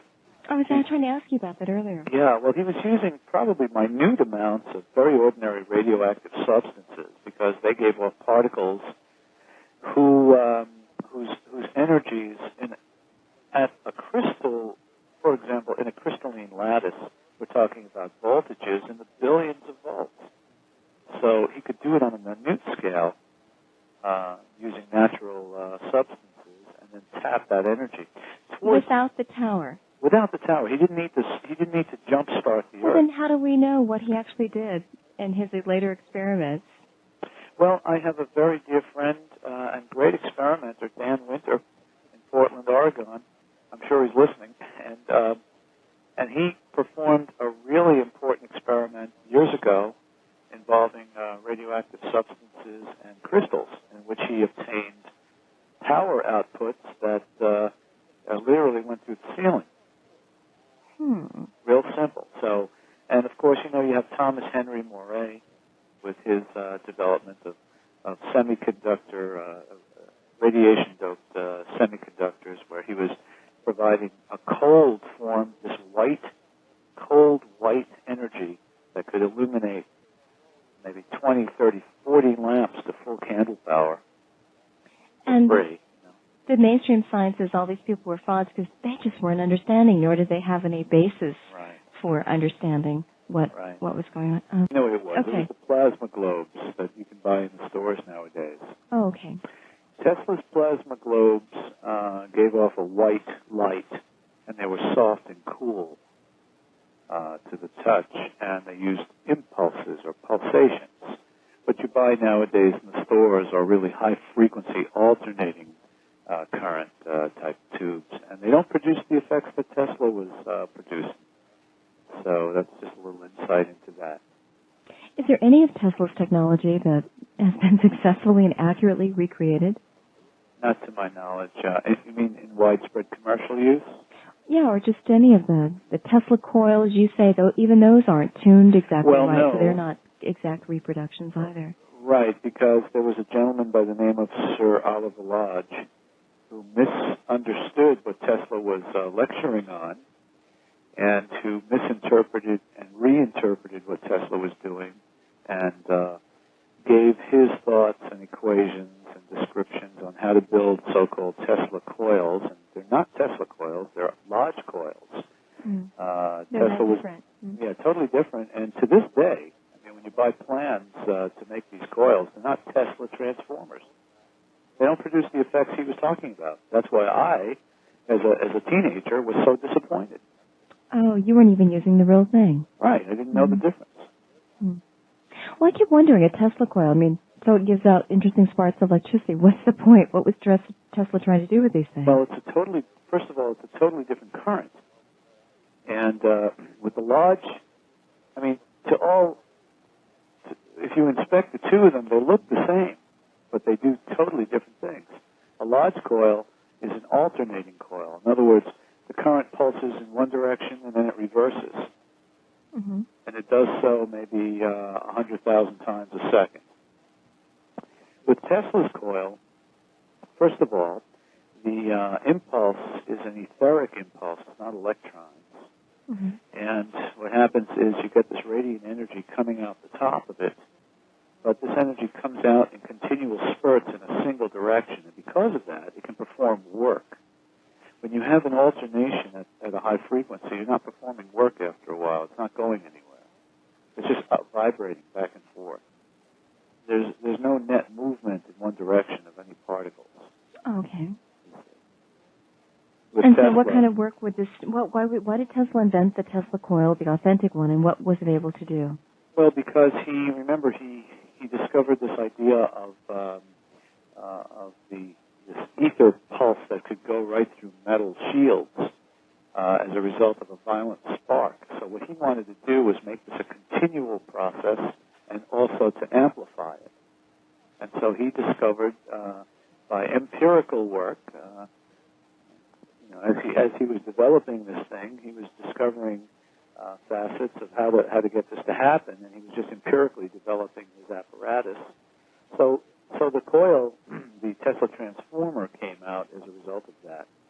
So once he had that, he could produce ether pulses of a very excessive intensity, and he could also beam the energy. Eventually, he developed tubes, vacuum tubes, particularly his carbon button vacuum tubes, where he could get the energy to move in a certain direction.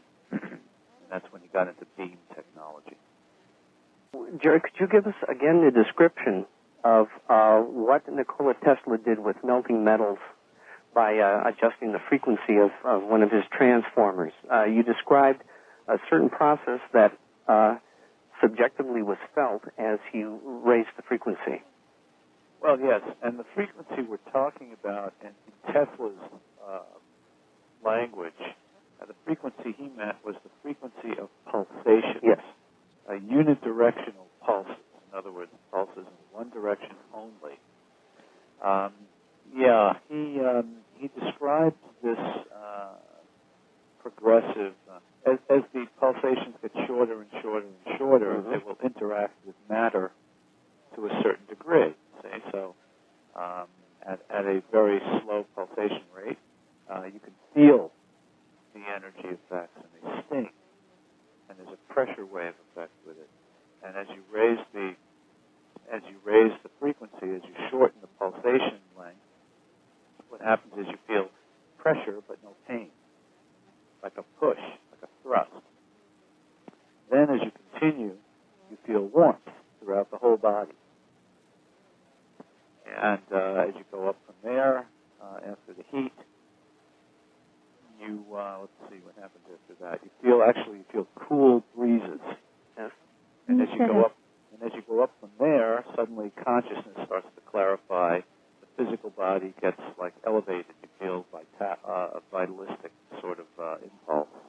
Now, Pete from Portland was on the line, and Jerry, you were explaining the answer to his question. What were those various frequencies from the pulse? You know, how frequent were these pulsing of the ether? What were the different effects that were produced? And you explained that. What else did you want to say on that?